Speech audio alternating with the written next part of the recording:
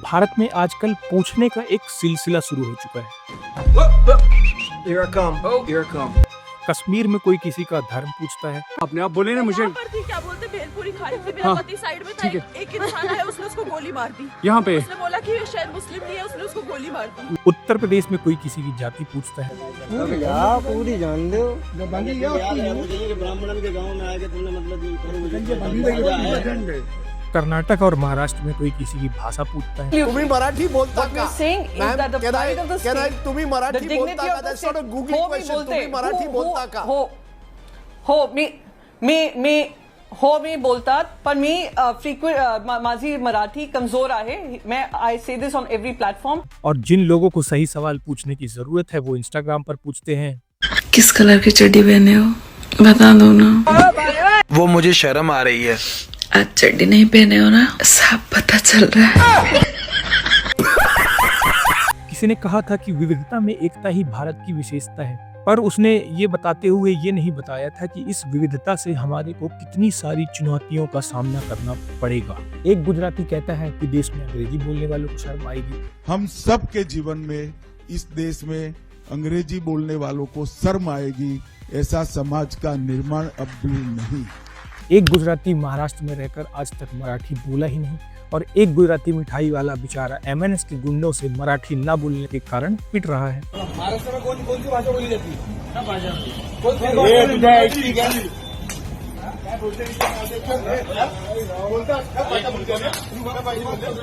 बाला साहब ठाकरे कहते थे कि बिना चुनाव जीते राजनीति में कैसे प्रतिष्ठित रहना है यह मुझे भली भांति आता है। हा आमच्या धर्माचा अपमान आहे.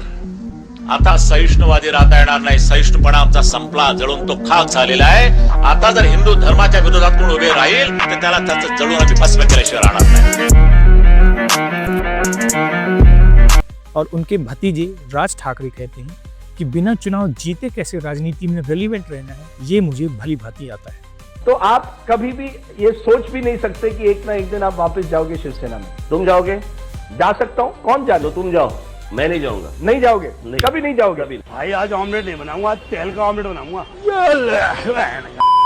गुजरात के अंबानी, दिल्ली के शाहरुख खान, यूपी के अमिताभ बच्चन और मध्य प्रदेश के सलमान खान ने अपनी जिंदगी में कभी मराठी नहीं बोली, पर मराठी बुलवानी की फहरिस्त उत्तर प्रदेश के एक जोमेटो डिलीवरी एजेंट से शुरू होती है और बिहार के एक लिट्टी चोखे वाले को पीट कर खत्म हो जाती है।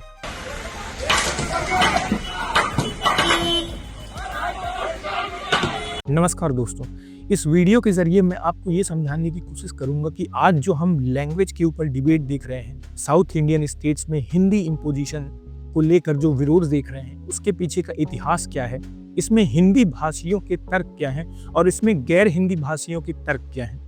इन सभी पर्सपेक्टिव्स को हम इस वीडियो के जरिए से समझेंगे। इसके लिए सबसे पहले आपको ये समझने की जरूरत होगी कि आज जो हम भारत में राज्यों का लिंग्विस्टिक बेसिस में डिवीजन देखते हैं, जैसे कि मराठी बोलने वालों के लिए महाराष्ट्र, गुजराती बोलने वालों के लिए गुजरात, इस तरह का जो डिवीजन था ये भारत में 1955 के पहले या यूं कहें कि आज़ादी के पहले एग्जिस्ट नहीं करता था। तब भारत पार्ट ए, बी, सी और डी टाइप के 4 स्टेट्स में 4 ग्रुप्स में बटा हुआ था।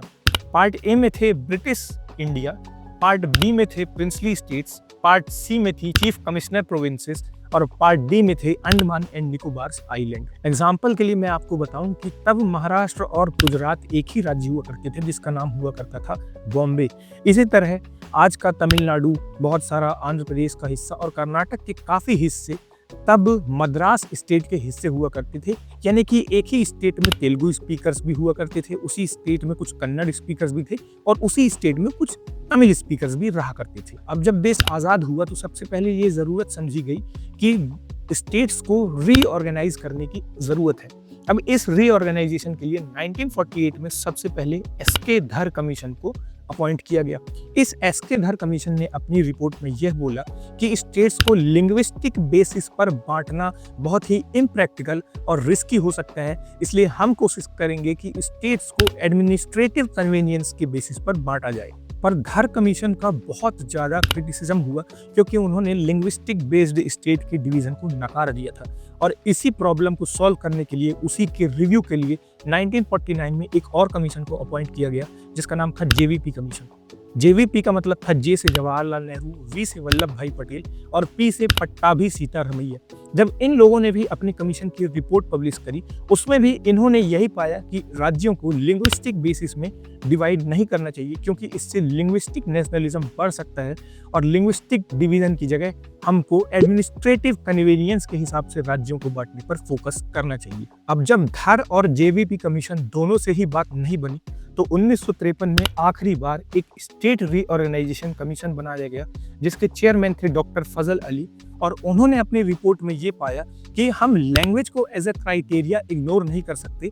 लैंग्वेज एक इम्पॉर्टेंट क्राइटेरिया है, पर हमको इसमें केयरफुली डिवीजन करने की जरूरत है। यानी कि लैंग्वेज सोल क्राइटेरिया नहीं हो सकता, बल्कि हमको लैंग्वेज के साथ साथ culture, national unity, integration, administrative convenience जैसे बहुत सारे फैक्टर्स को कंसिडर करते हुए लिंग्विस्टिक रीऑर्गेनाइजेशन करने की जरूरत है। पर इस पूरे कमीशन के खेल के बीच में एक बहुत बड़ी समस्या शुरू हो चुकी थी। वो ये थी कि मद्रास स्टेट के तेलुगु स्पीकर्स अपने लिए लिंग्विस्टिक बेसिस पे एक सेपरेट स्टेट की डिमांड करने लगे थे, और जिसको आंध्रा मूवमेंट कहा जाता है। इसी आंध्रा मूवमेंट के दौरान साल 1952 में हंगर स्ट्राइक के दौरान एक एक्टिविस्ट पोट्टी श्रीरामुलु की डेथ हो जाती है, और सरकार को दबाव में आकर पहला लिंग्विस्टिकली डिवाइडेड स्टेट बनाना पड़ता है, जिसका नाम था आंध्र प्रदेश। और इसी कारण से सरकार को साल 1956 में एक एक्ट पास करना पड़ता है, जिसका नाम था स्टेट रीऑर्गेनाइजेशन एक्ट, और उसी एक्ट के बेसिस पर लैंग्वेज के बेस पर स्टेट्स का डिवीजन चालू हुआ, जिसमें सबसे पहले के 14 स्टेट्स थे आंध्र प्रदेश, असम, बिहार, बॉम्बे, जम्मू एंड कश्मीर, केरला, मध्य प्रदेश, मद्रास, मैसूर, ओडिशा, पंजाब, राजस्थान, उत्तर प्रदेश और वेस्ट बंगाल। मैंने आपको एक मोटा बताने की कोशिश करी कि कैसे स्टेट रीऑर्गेनाइजेशन एक्ट के पास होने के बाद ही आज जो आप स्टेट्स का डिवीजन देखते हैं वो फोर्स में आता है। इसी के साथ कॉन्स्टिट्यूशन में कुछ ऐसे प्रोविजंस जोड़े गए जो आज भी नॉन हिंदी स्पीकर्स के लिए बहुत बड़ी बोल ऑफ कंटेंशन है। सबसे पहले तो आर्टिकल 343 जो ये कहता है कि इंग्लिश जो है वो यूनियन की ऑफिशियल लैंग्वेज होगी टिल 1965, यानी कि आज़ादी से लगभग 15 साल बाद तक, और इसके बाद हिंदी यूनियन की ऑफिशियल लैंग्वेज होगी। पर जब 1965 आया तो साउथ इंडियन स्टेट्स ने इसके खिलाफ प्रोटेस्ट किया, और इस कारण से हिंदी के साथ साथ इंग्लिश भी यूनियन की ऑफिशियल लैंग्वेज के रूप में कंटिन्यू होती है। इसके अलावा आर्टिकल 351 हिंदी के स्प्रेड और प्रमोशन की बात करता है, जो आज भी साउथ इंडियन स्टेट्स को एक डिस्क्रिमिनेशन नजर आता है और हिंदी का इम्पोजिशन नजर आता है। अब यहाँ तक दिक्कतें कुछ सॉल्व ही हुई थी कि 1968 में आती है नेशनल एजुकेशन पॉलिसी, और जिसने 3 लैंग्वेज फार्मूला प्रपोज किया, और ये 3 लैंग्वेज फार्मूला आज भी हिंदी इम्पोजिशन के ओर में सबसे बड़ा आर्ग्यूमेंट बना हुआ है। नॉन हिंदी स्पीकर्स को आज भी ये जो 3 लैंग्वेज फार्मूला है इसमें बहुत ज़्यादा दिक्कत नज़र आती है। अब ये 3 लैंग्वेज जो सिस्टम है ये 3 भाषाएं पढ़ाने का प्रपोज करता है। सबसे पहली लैंग्वेज तो होगी आपकी मदर टंग, फिर दूसरी लैंग्वेज होगी हिंदी जो एक लिंक लैंग्वेज की काम करेगी, क्योंकि भारत में लगभग 43% लोगों की जो मदर टंग है वो हिंदी है, और थर्ड लैंग्वेज होगी इंग्लिश। अब इसमें इसके पीछे इसको इम्प्लीमेंट करने के पीछे के कारण ये थी कि हिंदी एक लिंक लैंग्वेज बनाई जा सके, इंग्लिश को इसलिए पढ़ाया जाए क्योंकि इंग्लिश एक इंटरनेशनल लैंग्वेज है, और मदर टंग तो भाई जरूरी ही है बच्चे के बेसिक डेवलपमेंट के लिए। पर साउथ इंडिया या नॉन हिंदी स्पीकर्स इस 3 लैंग्वेज पॉलिसी का एग्रेसिव क्रिटिसिज्म करते हैं, और इसीलिए आप देखेंगे कि इसको एक डोमिनेंस ऑफ हिंदी समझा जाता है या हिंदी के इम्पोजिशन की तरह समझा जाता है। इसीलिए आप देखेंगे कि तमिलनाडु में 3 लैंग्वेज पॉलिसी की जगह वो 2 लैंग्वेज पॉलिसी अपनाते हैं, जिसमें वो केवल तमिल और इंग्लिश पढ़ाना सिखाते हैं। इसके अलावा आप देखेंगे कि जो 2020 की नेशनल एजुकेशन पॉलिसी आई, इसमें भी 3 लैंग्वेज पॉलिसी को प्रपोज किया गया, और इसमें आप अभी देखेंगे कि महाराष्ट्र की सरकार ने ये जो 3 लैंग्वेज पॉलिसी थी इसको विड्रॉ कर लिया है, और वो भी अब 2 लैंग्वेज पॉलिसी की तरफ बढ़ रहे हैं, और आप देखेंगे कि इसका विरोध लगातार होता रहता है। आज मंत्रिमंडळाच्या बैठकीमध्ये आम्ही याच्यावर सांगोपांग चर्चा केली, आणि आम्ही असा निर्णय केलेला आहे की त्रिभाषा सूत्राच्या संदर्भात ही भाषा कुठल्या वर्गापासून लागू करावी। तो दोस्तों अब तक मैंने आपको 3 बातें समझाई। सबसे पहली बात तो ये थी कि कैसे लिंग्विस्टिक बेसिस पर स्टेट्स का डिवीजन हुआ। दूसरी बात ये थी कि कैसे कॉन्स्टिट्यूशन में हिंदी के प्रमोशन, स्प्रेड और उसको यूनियन की ऑफिशियल लैंग्वेज बनाने के रिगार्डिंग कुछ स्पेशल प्रोविजंस किए गए हैं। और तीसरा मैंने आपको समझाया कि कैसे 1968 में एक नेशनल एजुकेशन पॉलिसी आती है जो 3 लैंग्वेज पॉलिसी को, 3 लैंग्वेज फॉर्मूले को इम्प्लीमेंट करती है। और ये 3 लैंग्वेज फॉर्मूला ही हिंदी इम्पोजिशन के सबसे बड़े एक आर्ग्यूमेंट की तरह बना हुआ है। अब मैं आपको समझाता हूँ कि इसके अलावा और ऐसे क्या क्या कारण हैं जिसके कारण हिंदी इम्पोजिशन की बात हमेशा से नॉन हिंदी स्पीकर्स करते आए हैं। तो सबसे पहला कारण है एक हिस्टोरिकल।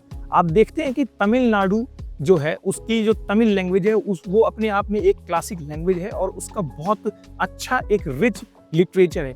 इसी तरह आप मराठी में भी देखेंगे कि उनका एक रिच लिटरेचर है और हर भाषा का अपनी क्षेत्र के साथ एक लिंग्विस्टिक प्राइड और एक लिंग्विस्टिक आइडेंटिटी जुड़ी होती है। और कोई भी ये पसंद नहीं करेगा कि उसको किसी और भाषा को इम्पोज किया जाए या फिर उसको एक पॉलिसी के जरिए उस भाषा को सीखने को मजबूर किया जाए जो उसकी पसंद की नहीं है। इसका दूसरा कारण यह है कि आप देखेंगे कि ब्यूरोक्रेसी और गवर्नमेंट जॉब्स में भी हिंदी और इंग्लिश को ही प्रमोट किया जाता है। आप देखेंगे कि यूपीएससी का जो मेंस एग्जामिनेशन होता है वो आप हिंदी या इंग्लिश के अलावा किसी और भाषा में नहीं दे सकते। इसी के अलावा आप देखेंगे कि एसएससी या यूपीएससी की प्रीलिम्स वगैरह के जो भी क्वेश्चन पेपर्स होते हैं वो या तो हिंदी में प्रिंट होते हैं या इंग्लिश में प्रिंट होते हैं, पर और किसी भी रीजनल लैंग्वेजेस में प्रिंट नहीं होते हैं। एक और कारण जो नजर आता है वो ये आता है कि आप देखेंगे कि सेंट्रल गवर्नमेंट की जितनी भी स्कीम्स होती हैं उनके नाम आप देखेंगे हिंदी में होते हैं, जैसे कि खेलो इंडिया, आत्मनिर्भर भारत, स्वच्छ भारत, डिजिटल भारत, ऐसे करके बहुत सारी स्कीम्स हैं जिनके नाम हिंदी में होते हैं। अब नॉन हिंदी स्पीकर्स को ये हमेशा एक हिंदी ड्रिवन कल्चरल नैरेटिव नजर आता है।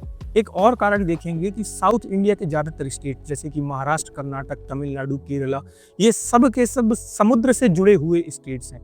इसके कारण इनमें पोर्ट्स वगैरह की फैसिलिटीज़ हैं।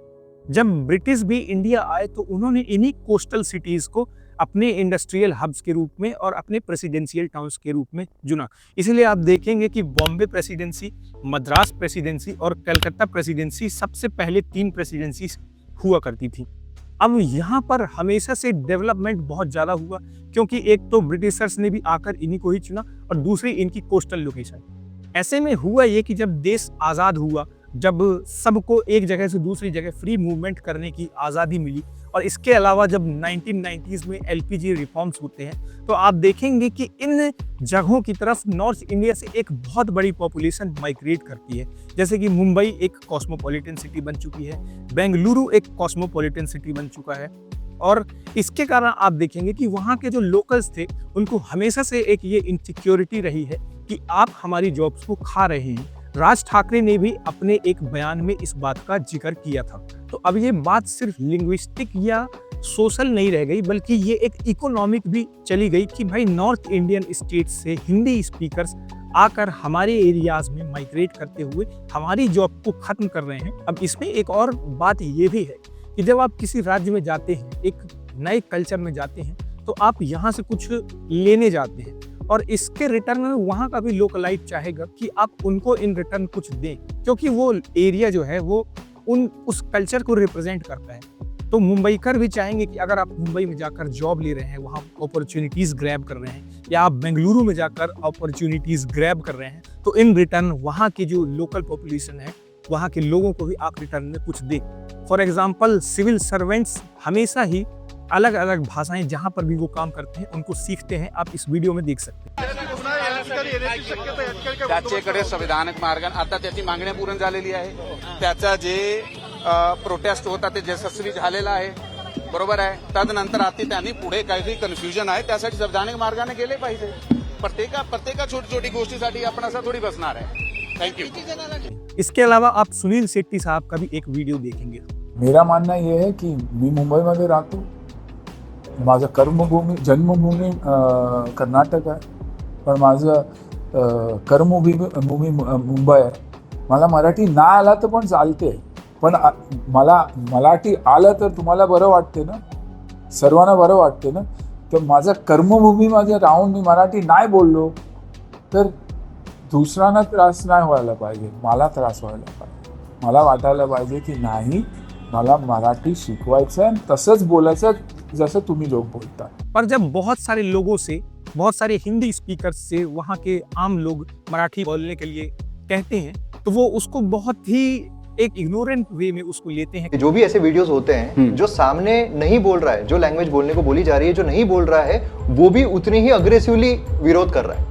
मतलब अगर आप देखोगे तो जो अभी हमें बैंक में देखने को मिला था, कन्नड़ का जो हुआ था, वो भी उतनी अग्रेसिवली बोल रही थी, नहीं बोलूंगी नहीं बोलूंगी नहीं बोलूंगी.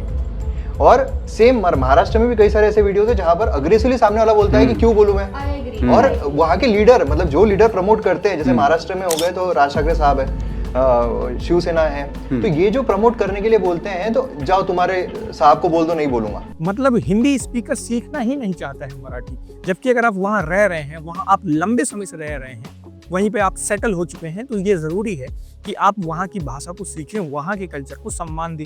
पर इसमें एक प्रॉब्लम ये भी है कि जो लोग ये बोलते भी हैं कि मराठी बोलना सीखो, उनका भी तरीका ऐसा है कि अगर कोई सीखना चाहे भी तो वो नहीं सीखेगा. क्योंकि अगर आप किसी को थप्पड़ मार के सिखाएंगे या आप किसी को थप्पड़ मारेंगे या आप किसी को बोलेंगे कि बोलो नहीं, तो इस तरीके से अगर वहाँ के लोग भी ऐसे इस तरीके से अगर इम्पोज करेंगे तो ये इम्पोजिशन है. अगर आप उसी को प्यार से बोलें या समझाएं कि भाई मराठी बोलने की ज़रूरत है, तो ऐसे में कुछ बात बन भी सकती है. और ये मुझे भी लगता है, मैं पर्सनली बताऊं, मुझे भी लगता है कि अगर मैं किसी राज्य में जाऊंगा तो मैं खुद चाहूंगा कि मैं वहाँ की भाषा सीखूं. अगर मैं लंबे समय से वहाँ पे जा रहा हूँ या मैं एक लंबे टाइम के लिए या मैं वहाँ सेटल हो रहा हूँ, तो मैं चाहूंगा कि मैं वहाँ की भाषा सीखूं. और एक नई भाषा सीखना अपने आप में एक अच्छा एक्सपीरियंस भी है. और इसके अलावा एक और कारण ये है कि जब साउथ इंडियंस नॉर्थ इंडिया में आते हैं तो नॉर्थ इंडिया में आमतौर पर पूरी की पूरी नॉर्थ इंडियन बेल्ट जो है वो हिंदी भाषा बोलती है. इसलिए अगर आपको सिर्फ हिंदी आती है तो आप यूपी जहाँ 30 करोड़ के आसपास लोग हैं, बिहार जहाँ 20 करोड़ के आसपास लोग हैं, इसके अलावा मध्य प्रदेश, छत्तीसगढ़, जम्मू कश्मीर, पंजाब, हरियाणा, हिमाचल प्रदेश, उत्तराखंड, झारखंड, यहाँ तक कि बंगाल, असम और नॉर्थ ईस्टर्न स्टेट्स में भी आप जाएंगे तो आप पाएंगे कि बहुत सारे लोग हिंदी समझ जाते हैं. तो आप देखेंगे कि फर्स्ट लैंग्वेज तो हिंदी है ही लगभग देश की 43-44% आबादी की. पर इसके अलावा नॉर्थ इंडिया में सिर्फ एक भाषा सीखकर काम चल जाता है. तो हमेशा एक साउथ इंडियन को ये एक एडवांटेज तो है कि वो एक भाषा सीखकर पूरे नॉर्थ इंडिया में काम चला सकता है. अगर कोई दिल्ली पढ़ने आ रहा है तो वो आराम से हिंदी बोल सकता है. अगर कोई गुजरात में कहीं काम करने जा रहा है वो हिंदी बोलकर काम चला सकता है.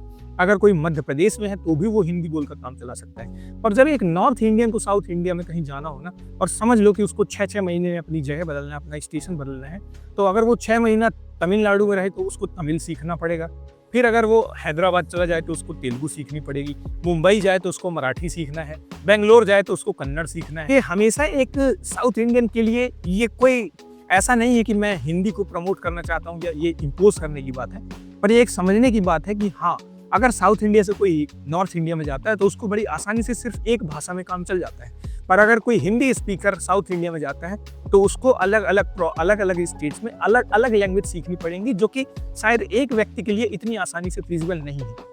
इसको मद्देनजर रखते हुए फिर भी इसके बावजूद भी अगर कोई हिंदी स्पीकर किसी जगह पर बहुत लंबे समय से है और इसके बावजूद वो बहुत गलत तरीके से इग्नोर करता है वहाँ की लोकल लैंग्वेज को, तो ये मेरे हिसाब से एक अच्छी बात नहीं है. आप देखेंगे कि नॉर्थ इंडिया जो है वो नेशनल पार्टीज से ज़्यादा गवर्न होता है, यानी कि कांग्रेस या बीजेपी का ही बहुत ज़्यादा दबदबा है. आप यूपी में, मध्य प्रदेश में, बिहार में देखेंगे कि रीजनल पार्टीज हैं तो सही, पर जो नेशनल पार्टीज है उनका भी अच्छा खासा दबदबा है. या अगर कोएलिशन भी है तो जो नेशनल पार्टी है वो एक मेजर पार्टनर है और वहाँ पर हिंदी भाषा है. तो नेशनल पार्टीज को कभी भी लिंग्विस्टिक पॉलिटिक्स की जरूरत नहीं समझ में आती लोगों को एक करने के लिए या अपनी वोट बैंक पॉलिटिक्स के लिए. उनका काम धर्म से चल जाता है ना, अलग अलग धर्म पकड़ कर भी उनका काम चल जाता है. कुछ रीजनल पार्टीज हैं उनका वहाँ पर जात से काम चल जाता है, क्योंकि जात से ही काम चलेगा. भाई हिंदी हर जगह बोली जा रही है. पर जैसे ही आप साउथ इंडिया में आएंगे तो आप देखेंगे कि हर स्टेट की एक लैंग्वेज है और उस लैंग्वेज से उस स्टेट का एक प्राइड जुड़ा हुआ है. और हमेशा किसी भी पॉलिटिशियन के लिए उस प्राइड को या एक कलेक्टिव आइडेंटिटी को अपने वोट के लिए भुनाना बहुत आसान होता है. डीएमके का बंदा ये पॉलिटिक्स नहीं कर सकता रिलीजन की, इसलिए डीएमके को हमेशा ये चाहिए कि वो तमिल की पॉलिटिक्स करे. इसके अलावा आप महाराष्ट्र में जाएंगे तो आप देखेंगे कि राज ठाकरे की जो सीट्स हैं, न लोकसभा में एक भी सीट है, न विधानसभा में एक भी सीट है, न राज्यसभा में एक भी सीट है और न ही महाराष्ट्र की विधान परिषद में एक भी सीट है. फिर भी वो रिलेवेंट बने हुए हैं महाराष्ट्र नवनिर्माण सेना के गुंडे ही बोलूँगा मैं उनको, क्योंकि अगर वो सही तरीके से बोलते कि भाई मराठी सीखिए, ये गलत बात है, तब तो हो सकता है उनका समर्थन करता। पर जिस तरीके से एक गुजराती व्यापारी को वो झापड़ मार रहे हैं, पीट रहे हैं, इस चीज़ का कोई समर्थन नहीं किया जा सकता। और ऐसे में ये ज़रूरी है कि दोनों ही लोग जो यहाँ से जा रहे हैं, वो भी अगर वो किसी जगह पर जाते हैं तो वो कोशिश करें कि अगर वो वहाँ लंबे समय पे तक है, वहाँ के वो परमानेंट रेजिडेंट बन चुके हैं, 20-30 साल से अगर वो वहाँ रह रहे हैं, तो ज़रूरत है कि वो उस जगह की भाषा को सीखें। और इसके अलावा यहाँ के भी लोगों को चाहिए, नॉन हिंदी स्पीकर्स को भी चाहिए कि आप गूनिज्म, वेंडलिज्म, किसी को मार कर पीट कर अपनी भाषा थोप नहीं सकते। अगर आपको सिखाना भी है तो आपको ऐसी पॉलिसीज लानी होंगी, आपको उस लैंग्वेज को वहाँ पर प्रमोट करना होगा, तभी ये काम बन सकता है। 3 लैंग्वेज पॉलिसी में भी एक सॉल्यूशन ये निकल सकता है, जो मुझे लगता है कि आमतौर पर आप देखेंगे कि साउथ इंडियन स्टेट्स को मदर टंग, फिर हिंदी, फिर इंग्लिश सीखनी ही पड़ती है। पर जब बात हिंदी स्टेट्स की आती है तो हिंदी वो बोलते ही हैं, इसलिए वो हिंदी सीख लेते हैं, इंग्लिश सीख लेते हैं, और हिंदी की सारी स्टेट्स में आमतौर पर संस्कृत पढ़ा दी जाती है। पर आज की हकीकत यही है कि भले संस्कृत एक ओल्ड लैंग्वेज हो, भले ही संस्कृत हमारी सारी जो आर्यन लैंग्वेजेस है इनकी जनक है, पर संस्कृत आज के समय में एक लिंक लैंग्वेज नहीं रह गई। बीजेपी ने संस्कृत की पॉलिटिक्स बहुत पहले भी करी थी, 2013-14 में भी वो संस्कृत को एक लिंक लैंग्वेज बनाने की बात करते थे, पर संस्कृत एक लिंक लैंग्वेज नहीं बन सकती। हमेशा आप दुनिया भर में ये देखेंगे कि आज ग्रीक और लैटिन भी एक्सटिंक्ट लैंग्वेजेस हो चुकी हैं, जबकि यूरोप की मेजर लैंग्वेजेस है उनकी जनक है। इसी तरीके से संस्कृत भी लगभग संस्कृत की स्पीकर्स खत्म हो गए, संस्कृत एक्सटिंक्ट हो गई है, और संस्कृत एक इंपॉर्टेंस की लैंग्वेज नहीं रह गई है, ना उसका कोई जॉब में इंपॉर्टेंस है, ना वो लिंक लैंग्वेज के रूप में इंपॉर्टेंस की रह गई है। तो मैं चाहूँगा कि क्यों ना हर हिंदी स्पीकिंग स्टेट एक साउथ इंडियन भाषा को अडॉप्ट करे। यूपी तेलुगु को अडॉप्ट कर ले, फॉर एग्जांपल मध्य प्रदेश कन्नड़ को अडॉप्ट कर ले, छत्तीसगढ़ तमिल को अडॉप्ट कर ले। ऐसे हम भी एक भाषा अडॉप्ट करें और अपने एरियाज में सिखाएं, कोई पंजाबी अडॉप्ट करे, तो इसके कारण ये जो हिंदी इम्पोजिशन वाली प्रॉब्लम है ये कम से कम फिर नजर आएगी। मुझे भी ऐसा लगता है कि यार एक साउथ इंडियन को हिंदी सिखाई जा रही है, पर मैं तो वहाँ की एक सिंगल भाषा भी नहीं सीख रहा हूँ, तो क्यों ना एक राज्य एक लैंग्वेज को पेट्रोनाइज करे। इसका बहुत अच्छा एक एग्जांपल है नवोदय विद्यालय समिति। यहाँ पर एक माइग्रेशन पॉलिसी होती है क्लास 9th में, जो नेशनल इंटीग्रेशन के लिए होती है। उस पॉलिसी में होता ही ये है कि मध्य प्रदेश के मेरे स्कूल से 24 बच्चे 9th क्लास में उड़ीसा जाते थे 1 साल के लिए, और उड़ीसा के 24 बच्चे 9th क्लास में मेरे यहाँ आते थे मध्य प्रदेश में, और हम लोगों के बीच में एक भाषा का आदान प्रदान होता था। तो बात यही है कि ये जो गिव एंड टेक है, ये गिव एंड गिव नहीं हो सकता कि एक जो वर्ग है वो सिर्फ हिंदी भाषा सीखता रहे और जो हिंदी भाषी हैं वो अपने इग्नोरेंस के साथ चलते रहें, तो ये भी अच्छी बात नहीं है। हमको ज़रूरत है कि हर भाषा का सम्मान किया जाए, रीजनल लैंग्वेजेस को और ज़्यादा जगह दी जाए, पर इसके साथ साथ हमें ये भी ज़रूरी है कि कोई भी ये नॉन हिंदी स्पीकर्स किसी भी गुनिज्म वेंडलिज्म का सहारा ना ले अपनी भाषा को इम्पोज कराने के लिए। और भी मीन्स हो सकते हैं, आप वहाँ पर पढ़ाना शुरू करिए, अपनी भाषा को वहाँ पर कंपलसरी करिए, है ना। महाराष्ट्र के अगर स्कूल हैं, हर स्कूल में वहाँ पर ये कंपलसरी किया जाए कि मराठी तो बोली ही जानी चाहिए, और इस तरीके से कहीं ना कहीं ये प्रॉब्लम सॉल्व हो सकती है। इसी के साथ मैं अपनी बात को खत्म करता हूँ। धन्यवाद। जय हिंद।